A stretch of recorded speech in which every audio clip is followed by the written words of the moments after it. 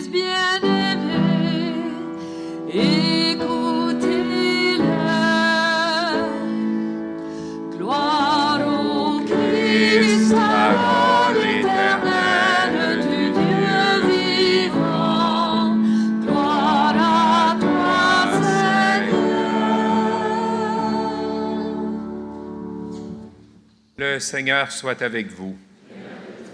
Évangile de Jésus-Christ selon saint Marc.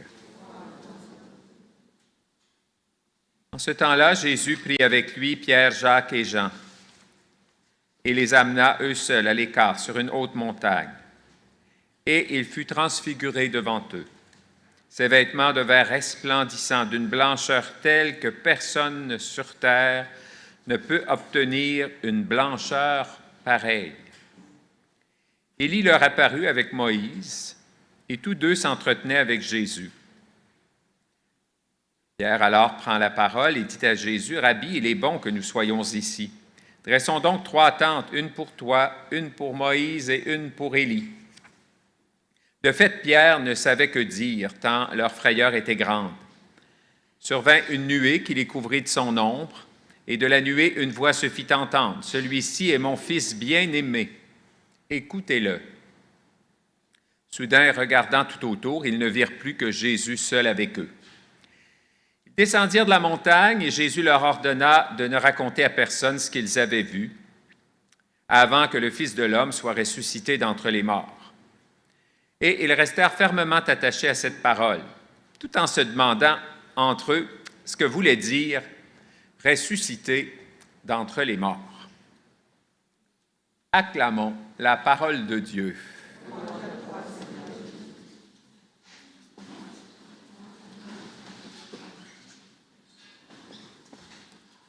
Si les disciples se demandent entre eux ce que ça veut dire « ressusciter d'entre les morts », bien, je pense que les disciples que nous sommes se demandent aujourd'hui encore ce que ça veut dire « ressusciter d'entre les morts ». Bon, on le sait parce qu'on proclame notre foi tous les dimanches, on croit à la résurrection du Seigneur Jésus, on croit à la résurrection de la chair, on croit en la vie éternelle. Et là, c'est des grandes affirmations de foi. Et il faut dire que chaque année, au moment où on vit le 2e dimanche du Carême, bien, on entend cette page d'Évangile de la Transfiguration. Évidemment, nous autres, c'est facile de comprendre. Les disciples ne comprennent pas. Nous autres, on comprend. Bon, Jésus a fait son ministère en Galilée et là, il s'apprête à monter à Jérusalem. Qu'est-ce qui va arriver à Jésus à Jérusalem? Hein? Et il le dira à ses disciples. Je devrais beaucoup souffrir. Bon, alors, c'est comme un moment pour rappeler à Pierre, Jacques et Jean, d'ailleurs, c'est eux qui seront avec Jésus, près de Jésus à l'agonie, eh bien, les souffrances que j'aurai à vivre, eh bien, ça n'aura pas le dernier mot.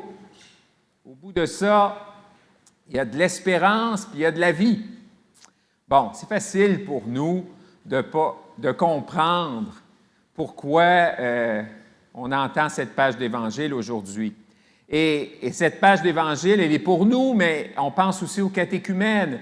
Ces jeunes, ces adultes qui se préparent au baptême pendant la dernière étape avant leur baptême à Pâques, bien, de se rappeler que la foi chrétienne, eh bien, c'est lié au mystère pascal qu'on va célébrer, espérons-le, ensemble cette année, mais la mort et la résurrection du Seigneur Jésus. Alors donc, on comprend cette page d'Évangile. Elle revient chaque année, elle est importante en ce temps de carême, parce que nous autres aussi, on va célébrer la passion du Seigneur Jésus. On va aller tranquillement, lentement, et on va sentir que vers la fin du carême, déjà la 5e semaine, on va prendre un ton un peu différent, on va comme laisser un peu la conversion pour nous tourner vers les événements de la passion du Seigneur Jésus qui culmine bien sûr au Vendredi Saint. C'est intéressant aussi dans l'Évangile, vous avouerez avec moi que Jésus dit à ses disciples, « Parlez pas de ça à personne. » Eh là là, ça c'est toujours bon, hein? Ça, c'est un bon moyen pour que la nouvelle se propage, là. Hein? Essayez ça. Quand vous voulez que quelque chose ne reste pas secret, là, dites aux gens, dites-le pas, là. Bon. Mais c'est intéressant. Pourquoi Jésus insiste tant? C'est intéressant parce que les disciples ne comprennent pas. Alors Jésus leur dit, si vous ne comprenez pas, parlez-en pas. C'est un peu ça, au fond. Parce que c'est ce qui arrive, et c'est ce que dit le texte, particulièrement avec Saint Marc ce matin. Et nous autres aussi, des fois, on voudrait expliquer des affaires, puis on ne comprend pas, puis des fois, on se lance, tu sais. Même dans des réalités de la foi. Hein? Essayez d'expliquer la vie éternelle à vos petits-enfants, tu sais. C'est comme, des fois, des grands-parents qui décèdent, et puis on dit aux petits-enfants, « Le petit Jésus est venu le chercher. » C'est un bon moyen de faire haïr le petit Jésus longtemps auprès de cet enfant-là. Non, mais, alors des fois, c'est mieux de ne pas trop parler, tu sais, de suivre la consigne de Jésus dans l'Évangile d'aujourd'hui.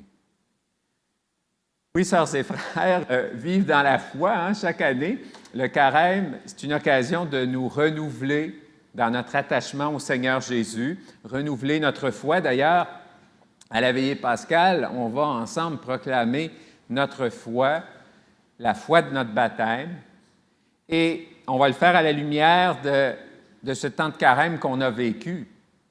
Aujourd'hui, c'est toute la question de la souffrance, puis la question de la gloire, de la lumière, les ténèbres, la lumière.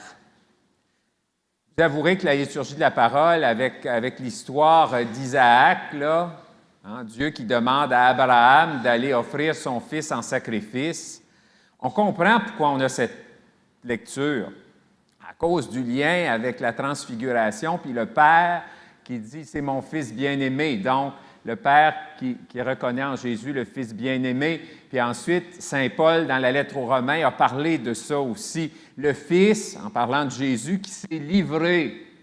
Puis là, bien, cet épisode d'Abraham avec son fils Isaac, drôle d'affaire. Dieu demanderait à Abraham d'aller offrir son fils en sacrifice. Quand on a écrit là, la Genèse, c'est 1000 ans à peu près, plus ou moins, là, on va pas compter les jours, mais après l'événement où ça s'est passé, Abraham et Isaac. Puis tout le monde sait qu'Abraham n'a pas offert son fils en sacrifice. Alors, quand on écrit ça, quand on écrit la Genèse, l'événement d'Abraham et du sacrifice d'Isaac, ça fait plus de 1000 ans que ça s'est arrivé, puis tout le monde sait que finalement, ça ne s'est pas produit. Alors, ce n'est pas écrit pour un suspense, là, pour voir qu'est-ce qui va arriver, comme un film, là, pour garder de l'intérêt. Il va-tu le sacrifier? Il va-tu pas le sacrifier? Alors, ce n'est pas écrit pour ça. C'est écrit pour autre chose. Et évidemment, on voit là-dedans une préfiguration du sacrifice de Jésus sur la croix. Alors, c'est pour ça qu'on entend cette lecture aujourd'hui. Et en même temps, bien, il y a toute la promesse faite à Abraham. Hein? On voit dans Abraham le père de tous les croyants. Les musulmans voient aussi en Abraham le père des croyants. Alors, ce lien avec lui, et Dieu lui dit, hein, une multitude qu'on pourra dénombrer à la suite de Jésus, eh bien, nous sommes dans cette grande lignée des croyants et des croyantes qui marchent dans la foi. Oui, demandons au Seigneur qu'il fortifie notre foi. Devant les souffrances de la vie présente, on ne comprend pas toujours, nous autres non plus, qu'est-ce qui se passe. Et souvent, avec un certain recul, il y a comme une lumière qui se fait. Hein? Puis on dit, ah, cet événement-là, cette rencontre-là dans ma vie, bien, finalement, le Seigneur a permis ça pour que je puisse avancer et être celui ou celle que je suis. Alors oui, que le Seigneur nous donne sa lumière, qu'on puisse être touché. Hein, on dit que les apôtres ont peur au moment de la transfiguration. Nous, on ne veut pas avoir peur alors qu'on est auprès du Seigneur, alors que le Seigneur, pour nous, se donne en nourriture ce matin dans sa parole et dans son pain. Eh bien, qu'on puisse continuer à vivre dans la foi et à chercher, à nous attacher toujours au Seigneur, lui qui a donné sa vie pour notre salut. C'est bien ce que nous rappelle l'Écriture de ce dimanche.